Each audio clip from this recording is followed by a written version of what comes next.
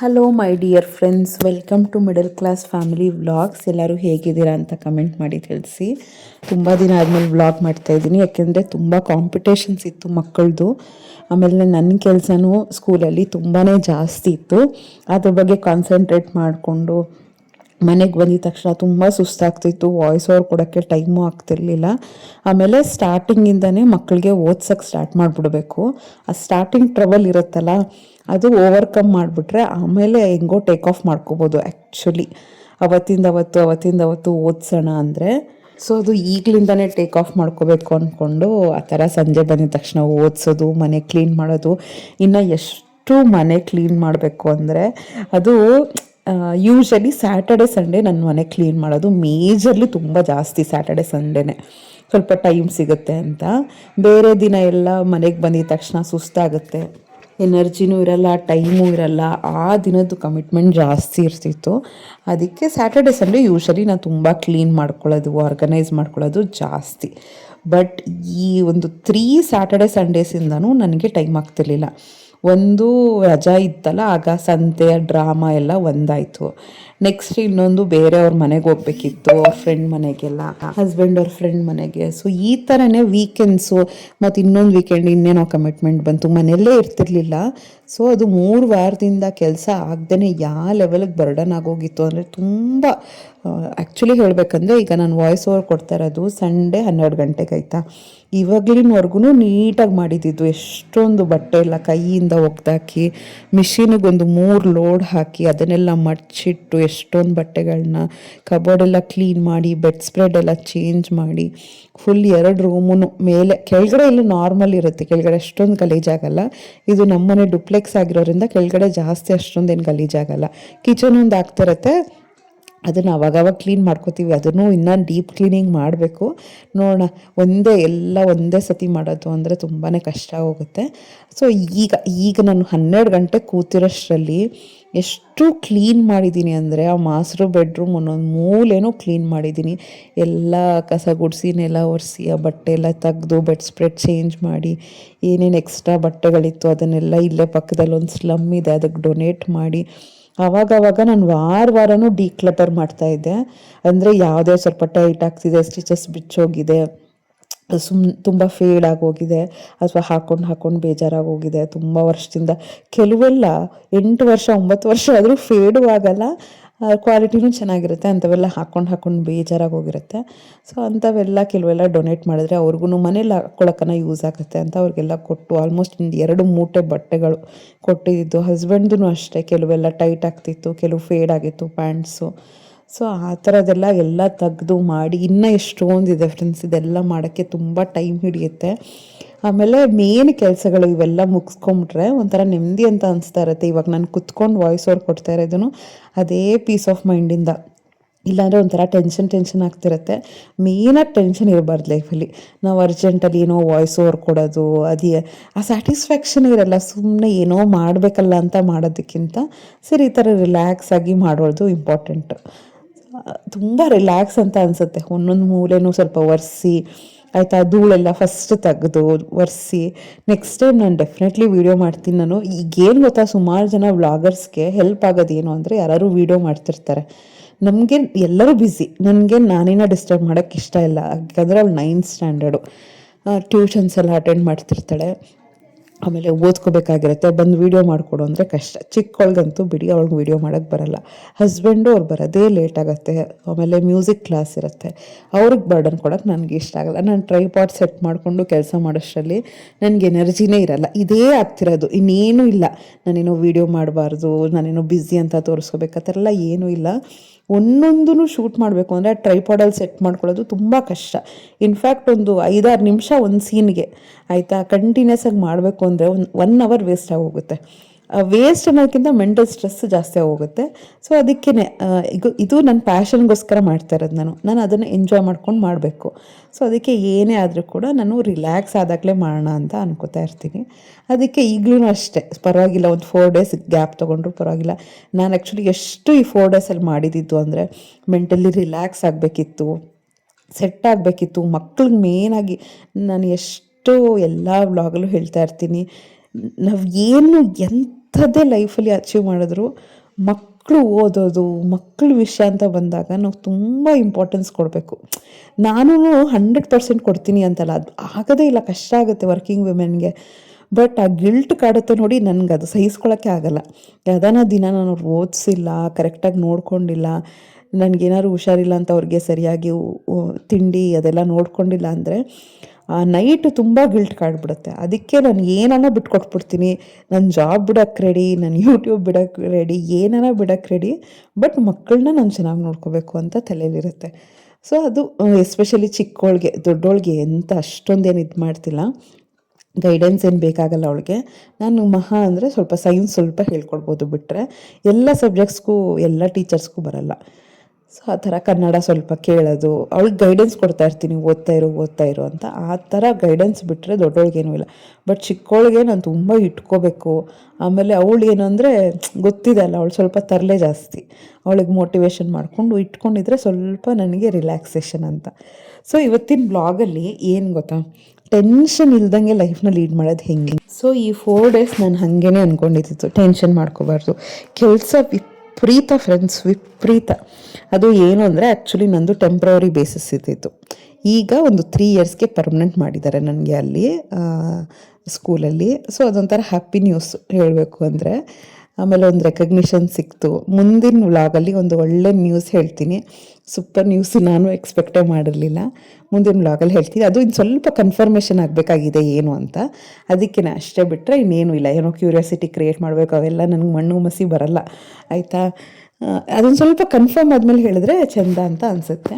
ಈಗ ನೋಡಿ, ನೈಟ್ ನಾನು ಎಲ್ಲ ಓದ್ತಾ ಇರೋದು, ಎಷ್ಟೊಂದು ಸ್ಟ್ರಗಲ್ಸ್ ಇರುತ್ತೆ ಅಲ್ವಾ ಹೈಯರ್ ಸ್ಟಡೀಸ್ಗೆ ಹೋಗ್ತಾ. ಈಗ ಹೆಂಗೆ ಅಂದರೆ ನೀವೆಲ್ಲ ಮದರಾಗಿ ಕನೆಕ್ಟ್ ಮಾಡ್ಕೋಬೋದು. ನಾವು ಓದಿರೋಷ್ಟು ಒಂದು 10-20 ಟೈಮ್ ಜಾಸ್ತಿ ಅವ್ರುಗಳು ಓದ್ತಾ ಇರ್ತಾರೆ. ಅಷ್ಟು ಕಾಂಪಿಟೇಷನ್ಸ್ ಜಾಸ್ತಿ ಇರುತ್ತೆ, ಸ್ಟ್ರೆಸ್ ಇರುತ್ತೆ, ಪ್ರೆಷರ್ ಇರುತ್ತೆ. ನಾವು ಅವ್ರಿಗೆ ಪೇರೆಂಟ್ಸ್ ಆಗಿ ಎಷ್ಟು ಮಾರಲ್ ಸಪೋರ್ಟ್ ಕೊಟ್ಟರು ಕಡಿಮೆ ಅಂತ ಅನಿಸ್ತಾ ಇರುತ್ತೆ. ನಾನೀಗಂತೂ ನಾನು ಏನೂ ಕೆಲಸ ಹೇಳ್ತಿಲ್ಲ, ಪಾಪ ಅವಳೇ ಅರ್ಥ ಮಾಡ್ಕೊಂಡು ಯಾವಾಗನ ಬರ್ತಾಳೆ, ಬಿಟ್ಟರೆ ನಾನಂತೂ ಅವಳು ಮಾಡ್ತಿದ್ದೆ 2 ಕೆಲಸ. ತಿನ್ನಬೇಕಾರೆ ಬಂದು ಇಟ್ಕೋತಾ ಇದ್ಲು, ನೀರು ಗ್ಲಾಸು ಅದೆಲ್ಲ ಇಟ್ಕೋತಾ ಇದ್ಲು. ಆಮೇಲೆ ನನಗೆ ತುಂಬ ಸುಸ್ತಾಗಿದ್ದರೆ ರಾತ್ರಿ ಪಾತ್ರೆ ತೊಳ್ಕೊಡ್ತಾ ಇದ್ಲು. ಈಗ ಅದನ್ನು ಬೇಡ ಅಂದ್ಬಿಟ್ಟಿದ್ದೀನಿ. ಯಾಕೆಂದರೆ ನಮ್ಮ ಜನ್ರೇಷನ್ ಹೇಗೆ ಅಂದರೆ, ನಾವು ಓದದೇ ಇದ್ರೂ ಪರವಾಗಿಲ್ಲ, ಕೆಲಸಕ್ಕೆ ಓದದೇ ಇದ್ರೂ ಪರವಾಗಿಲ್ಲ. ನನ್ನ ಫ್ಯಾಮಿಲಿಲಂತೂ ಹಾಗೇ, ಶ್ರೀನಿವಾಸ್ ಯಾವಾಗಲೂ ನೀನು ಹೋಗಲೇಬೇಕು, ಫ್ಯಾಮಿಲಿ ನನ್ನ ಮೇಲೆ ಡಿಪೆಂಡ್ ಆಗಿದೆ, ಆ ಥರ ಸ್ಟ್ರೆಸ್ ಕೊಟ್ಟೇ ಇಲ್ಲ.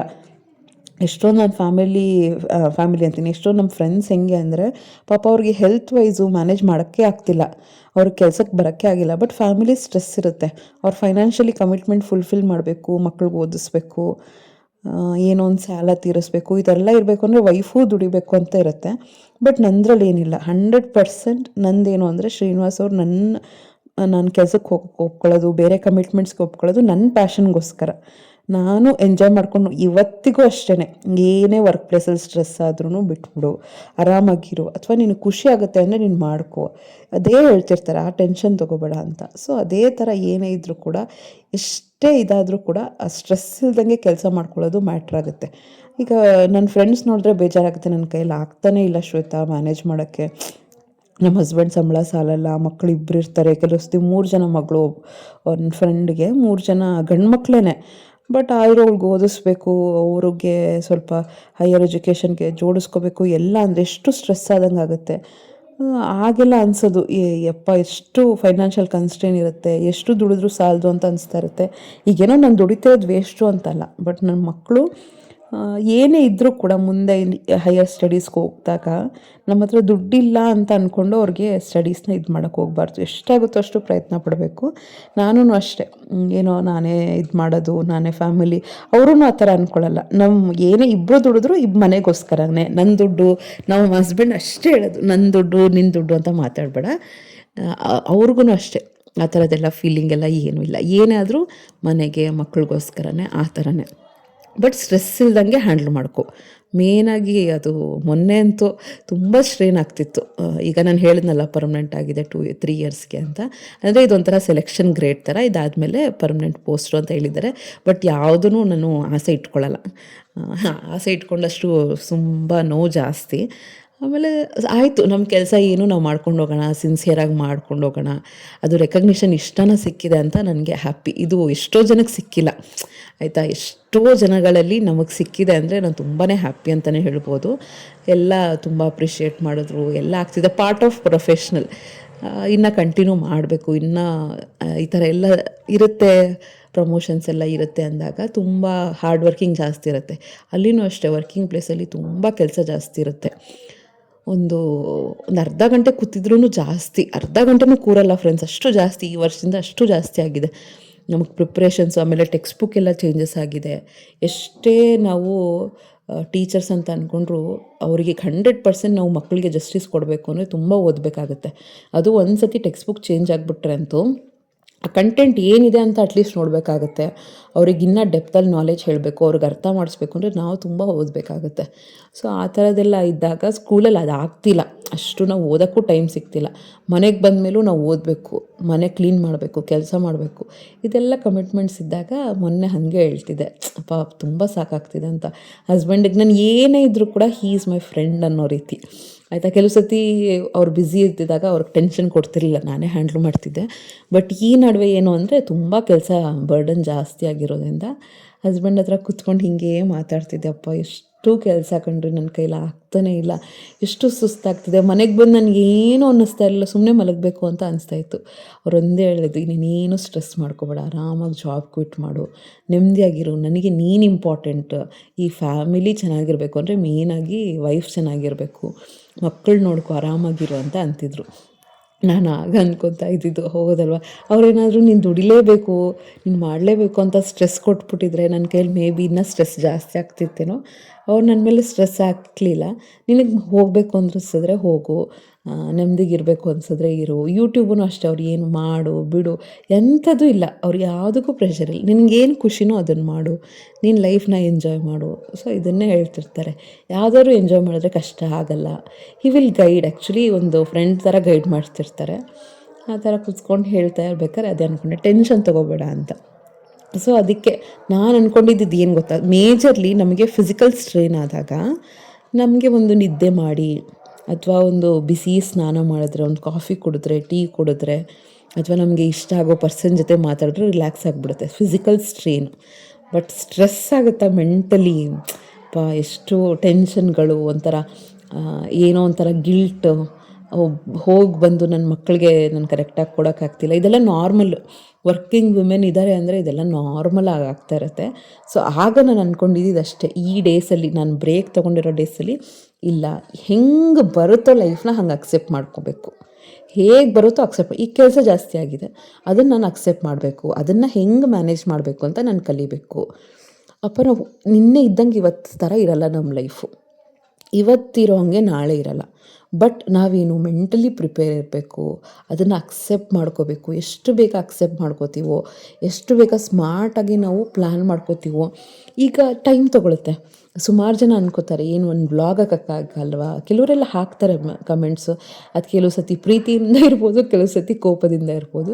ನಾನು ಅದಕ್ಕೆಲ್ಲ ರಿಯಾಕ್ಟೇ ಮಾಡೋಕ್ಕೆ ಹೋಗಲ್ಲ, ಆಮೇಲೆ ಅದನ್ನು ಎಕ್ಸ್ಪೆಕ್ಟು ಮಾಡೋಕ್ಕೆ ಹೋಗಲ್ಲ. ಯಾಕೆಂದರೆ ನೀವೇ ಒಂದು ಕಡೆ ಇರ್ತೀರ, ನಾನೇ ಒಂದು ಕಡೆ ಇರ್ತೀನಿ. ನಂದು ಆ್ಯಕ್ಚುಯಲ್ ಕಂಡೀಷನ್ಸ್ ಏನು ಅಂತ ಯಾವ ವ್ಲಾಗರ್ಸು ವೀಡಿಯೋದಲ್ಲಿ ತೋರ್ಸೋಕ್ಕಾಗಲ್ಲ. ಇಷ್ಟೆಲ್ಲ ಕಷ್ಟ ಇದೆ, ಇಷ್ಟು ಕಮಿಟ್ಮೆಂಟ್ಸ್ ಇದೆ, ಇಷ್ಟು ಸ್ಟ್ರೇನ್ ಆಗ್ತಾಯಿದೆ ನಮಗೆ, ಎಷ್ಟು ಅಂತ ಹೇಳ್ಕೊಳಕ್ಕಾಗುತ್ತೆ ಅಲ್ವಾ. ಸೊ ಒಂಥರ ಖುಷಿನೂ ಆಗುತ್ತೆ, ಅಯ್ಯೋ ಎಷ್ಟು ವೇಟ್ ಮಾಡ್ತಿದ್ದಾರೆ ನನ್ನ ವ್ಲಾಗ್ಗೋಸ್ಕರ ಅಂತ. ಎಷ್ಟು ಜನ ಗೊತ್ತಾ ಮೇಲ್ ಮಾಡೋದು, ನಾನು ಅವ್ರಿಗೆಲ್ಲ ರಿಪ್ಲೈ ಮಾಡ್ತೀನಿ, ಯಾರು ನನಗೆ ಪರ್ಸ್ನಲಿ ಮೇಲ್ ಮಾಡ್ತಾರೆ. ಏಕೆಂದರೆ ಅವರು ಅಷ್ಟು ಉದ್ದುದ್ದ ಕಮೆಂಟ್ ಹಾಕಿರ್ತಾರೆ, ಈ ಥರ ಪ್ರಾಬ್ಲಮ್ ಆಗ್ತಾಯಿದೆ, ನಿಮ್ಮ ವ್ಲಾಗ್ ನೋಡಿದ್ರೆ ಸಮಾಧಾನ ಆಗುತ್ತೆ ಅಂತ ಹಾಕ್ತಿರ್ತಾರಲ್ಲ. ನಿಜ ಅವ್ರಿಗೆ ರಿಪ್ಲೈ ಮಾಡ್ತೀನಿ ನಾನು, ಎಷ್ಟೇ ಬ್ಯುಸಿ ಇದ್ದರು. ಯಾಕೆಂದರೆ ಅವ್ರು ಟೈಮ್ ಕೊಟ್ಟು ಹಾಕಿರ್ತಾರೆ, ಅವ್ರಿಗೆ ಅಂತ ಒಂದು ಸಮಾಧಾನ ಆಗುತ್ತೆ ಅಂತ.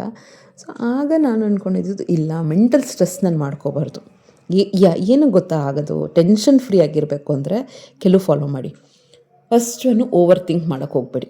ಮುಂದೆ ಏನಾಗುತ್ತೋ, ಹೆಂಗಿರುತ್ತೋ ನನ್ನ ಲೈಫು, ಹೆಂಗೆ ಚೇಂಜ್ ಆಗುತ್ತೋ ಆ ಥರ ಎಲ್ಲ ಓವರ್ ಥಿಂಕ್ ಮಾಡಿದಷ್ಟು ಮೆಂಟಲಿ ನಾವು ಎಷ್ಟು ಸ್ಟ್ರೆಸ್ ಕೊಡ್ತೀವಿ ಅಂದರೆ ನಮ್ಮ ಕ್ಯಾಲಿಬರ್ ಜಾಸ್ತಿ ಆಗಿರುತ್ತೆ. ಆ್ಯಕ್ಚುಲಿ ನಾವು ಏನು ಕೆಲಸ ಮಾಡ್ತಿರ್ತೀವಿ ಅದಕ್ಕಿಂತ ಜಾಸ್ತಿ ಮಾಡ್ಬೋದು, ಬಟ್ ನಾವು ಅದು ಇದು ಥಿಂಕ್ ಮಾಡಿಕೊಂಡು ತುಂಬ ಸ್ಟ್ರೆಸ್ ತೊಗೋತೀವಿ.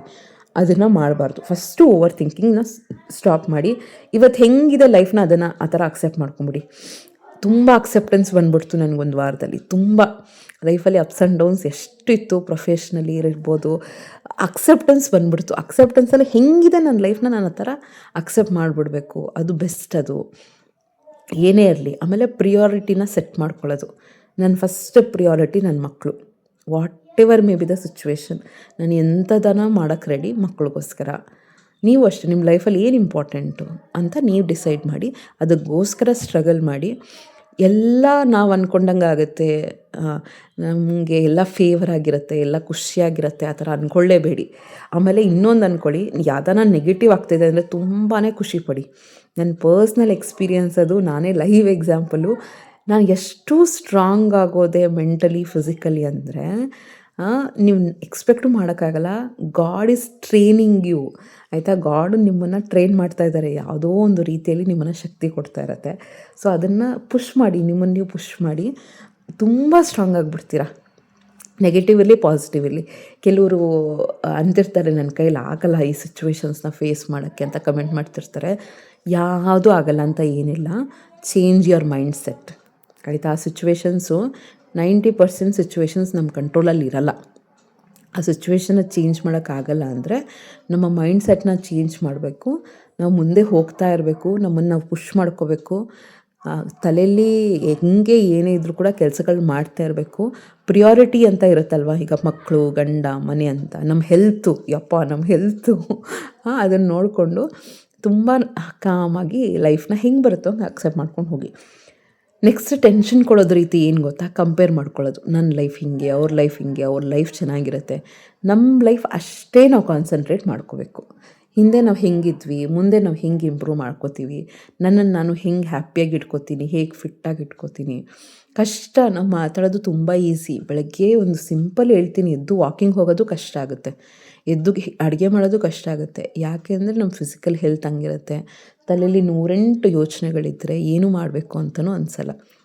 ಸೊ ಕಷ್ಟ ಇದ್ದರೂ ಕೂಡ ನಮ್ಮನ್ನು ನಾವು ಪುಷ್ ಮಾಡ್ಕೋಬೇಕು.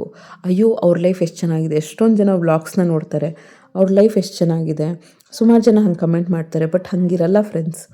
ನೀವೆಷ್ಟು ಪರ್ಫೆಕ್ಟಾಗಿರ್ತೀರಾ, ಲೈಫ್ ಎಷ್ಟು ಚೆನ್ನಾಗಿದೆ ನಿಮ್ಮದು, ಎಷ್ಟು ಆರಾಮಾಗಿರ್ತೀರ, ಹಂಗಿರಲ್ಲ ಲೈಫು.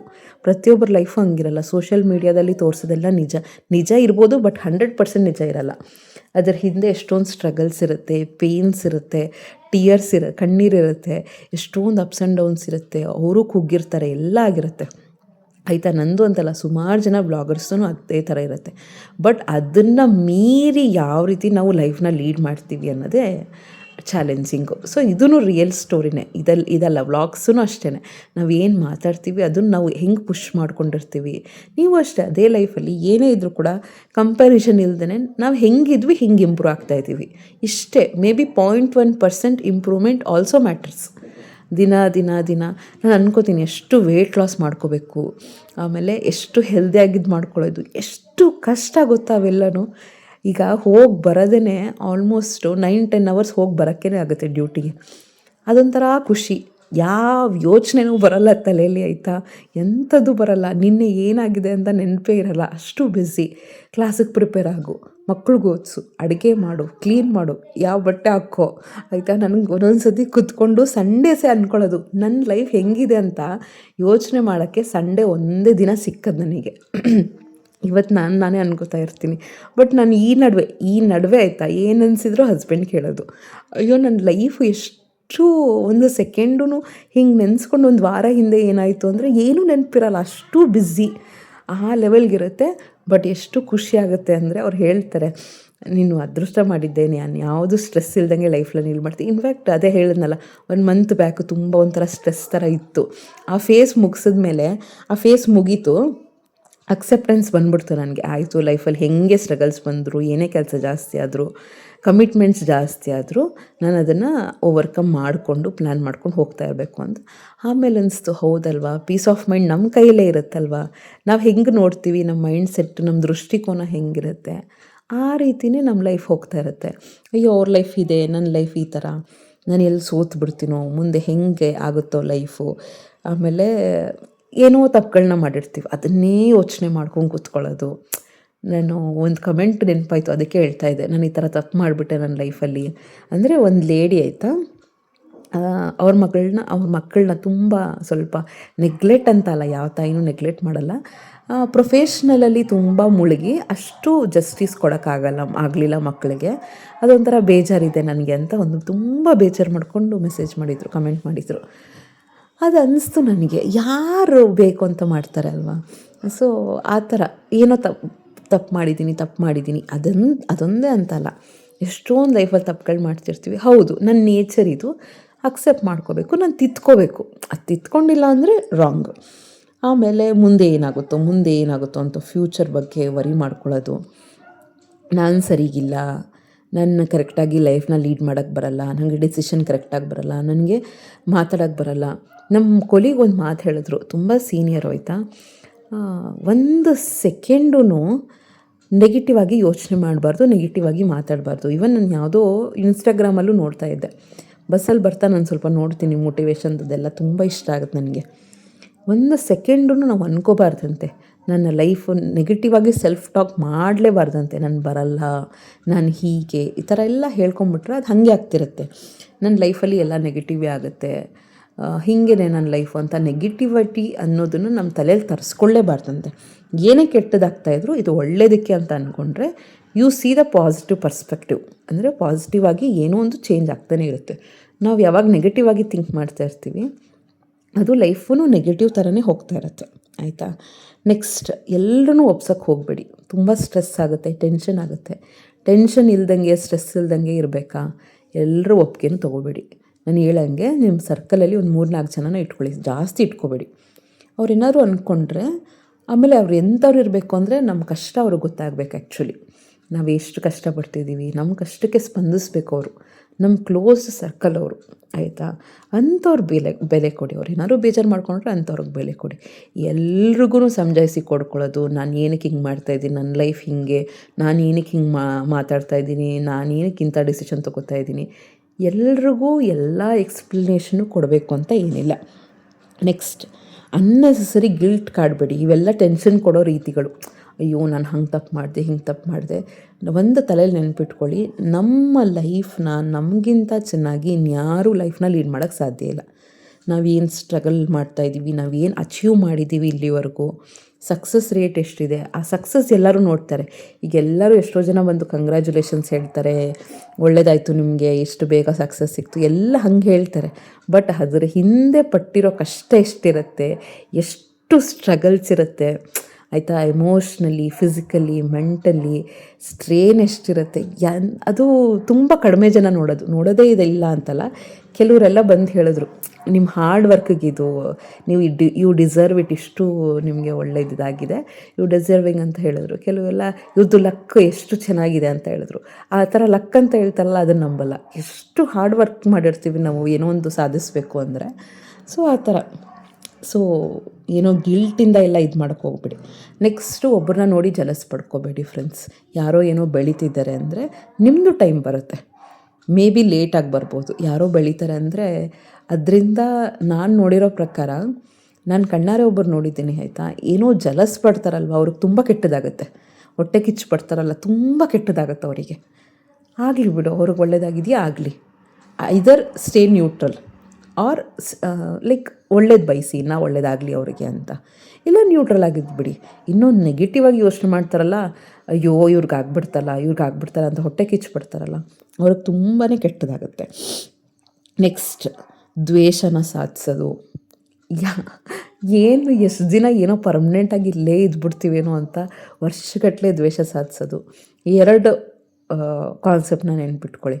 ಒಂದು, ಕ್ಷಮಿಸ್ಬಿಡಿ, ಇಲ್ಲಾಂದರೆ ತಲೆಯಿಂದ ತೆಗ್ದಾಕ್ಬಿಡಿ ಆ ಪರ್ಸನ್ನ, ಆಯಿತಾ. 2 ದ್ವೇಷ ಸಾಧಿಸೋಕ್ಕೆ ಹೋಗಬೇಡಿ, ಅದರಿಂದ ನೀವೇ ಸಫರ್ ಮಾಡೋದು ಜಾಸ್ತಿ.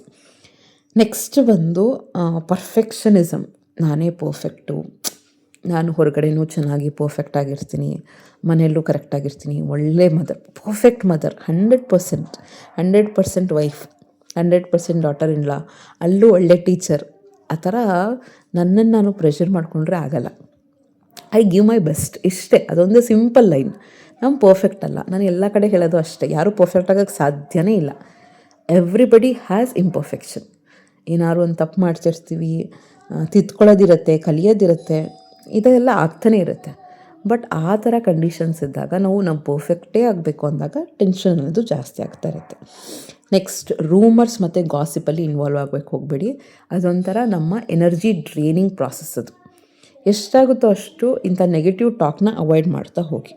ಮತ್ತು ಎಕ್ಸ್ಪೆಕ್ಟೇಷನ್ಸ್ ಜಾಸ್ತಿ ಇಟ್ಕೊಳ್ಳೋದು, ಆಮೇಲೆ ಯಾರೋ ಏನೋ ಕ್ರಿಟಿಸೈಸ್ ಮಾಡ್ತಾರೆ ಅಂತ ತುಂಬ ಬೇಜಾರು ಮಾಡ್ಕೊಳ್ಳೋದು, ದ್ವೇಷ ಸಾಧಿಸೋದು, ತುಂಬ ಏನೋ ಸೋಷಲ್ ಮೀಡಿಯಾ ನೋಡಿ ನಿಮ್ಮನ್ನು ನೀವು ಎಕ್ಸ್ಪೆಕ್ಟ್ ಜಾಸ್ತಿ ಮಾಡ್ಕೊಳ್ಳೋದು, ನಾನು ಆ ಥರ ಆಗಬೇಕು ಅಂತ.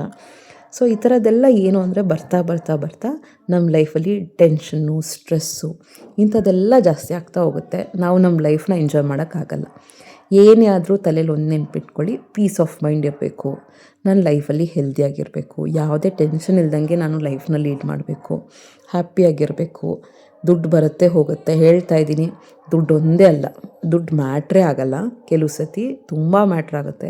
ಹೆಲ್ತು, ಪೀಸ್ ಆಫ್ ಮೈಂಡು, ಅದು ಆ್ಯಕ್ಚುಲಿ ಏನು ಅಂದರೆ ಆ ಪೀಸ್ ಆಫ್ ಮೈಂಡು, ಹೆಲ್ತು ಇದೆಲ್ಲ ಕಳ್ಕೊಂಡಾಗಲೇ ಗೊತ್ತಾಗುತ್ತೆ ಅದ್ರ ಬೆಲೆ ಏನು ಅಂತ ಆ್ಯಕ್ಚುಲಿ. ಸೊ ಇವತ್ತಿಂದ ಅದೊಂದು ಅಭ್ಯಾಸ ಮಾಡಿಕೊಡಿ.